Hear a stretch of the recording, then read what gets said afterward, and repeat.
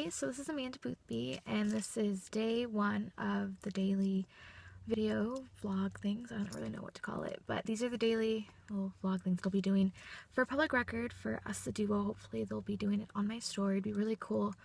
So right now we're at my high school. This is more like the back side of it. I don't really know if you can see it. We're inside my car right now because they're doing work on it, but in a few minutes we'll go outside. So this here is a classroom that I got bullied in a lot. It was my junior year, and so being here is hard for me, I guess. Brings back a lot of emotions, and you can see it's summer right now, so all the chairs are against the window. Being in this classroom, I dreaded coming here every day, and it was probably the worst time of my life. And just the whole high school in general, I never liked it. I never really fit in, and didn't have many friends and group-wise, but I did have two teachers that really had a lot for me, and they knew I had a lot going for me, and it was Mr. Tan and Mr. Anderson. One of Mr. Anderson was my advisor, and then I had Mr. Tan, who has her classroom down here, and I had her for sophomore English, and then I was her junior year, and I also had her senior year for English, and she knew I was special. She knew I got bullied at times, and her room was always a safe spot for me. She knew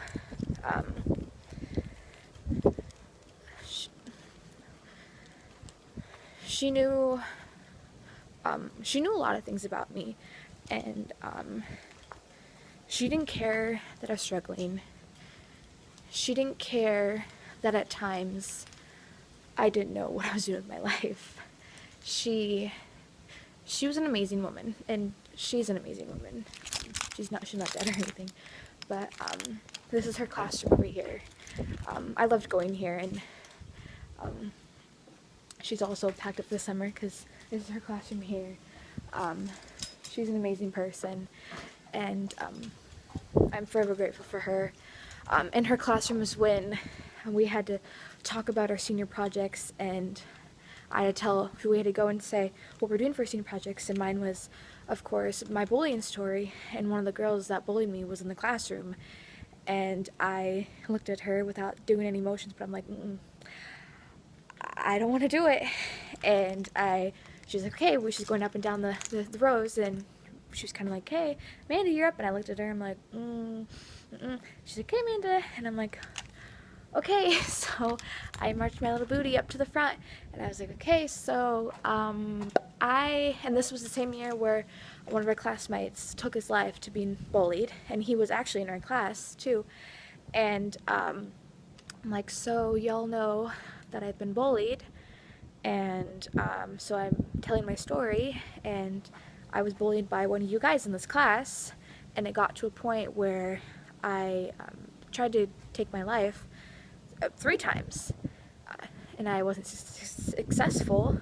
I wasn't successful, and if I was, I wouldn't be here, but I did my senior project to raise awareness because of how crazy this epidemic is.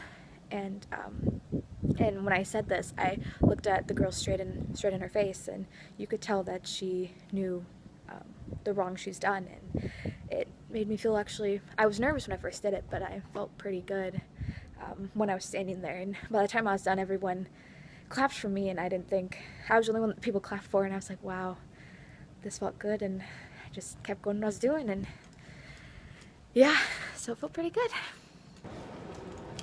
It's weird just walking alone, just to the theater building and just out here brings back memories of just walking through the halls during passing time and being alone.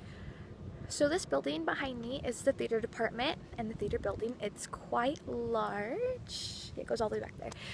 The theater department has been here for, I want to say, a long time.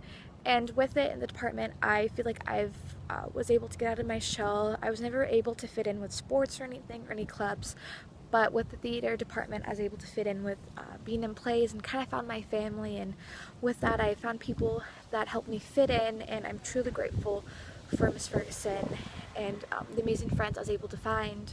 It kind of gave me a part where I could just be me, and I didn't have to be little old Manja. I could be whoever I wanted to be.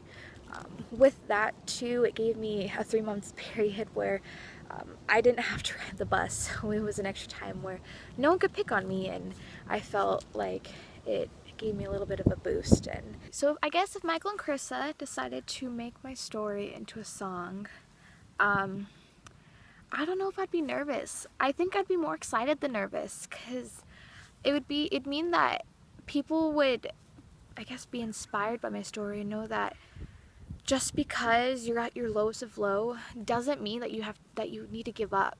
I think it would be amazing for them to write my story as a song.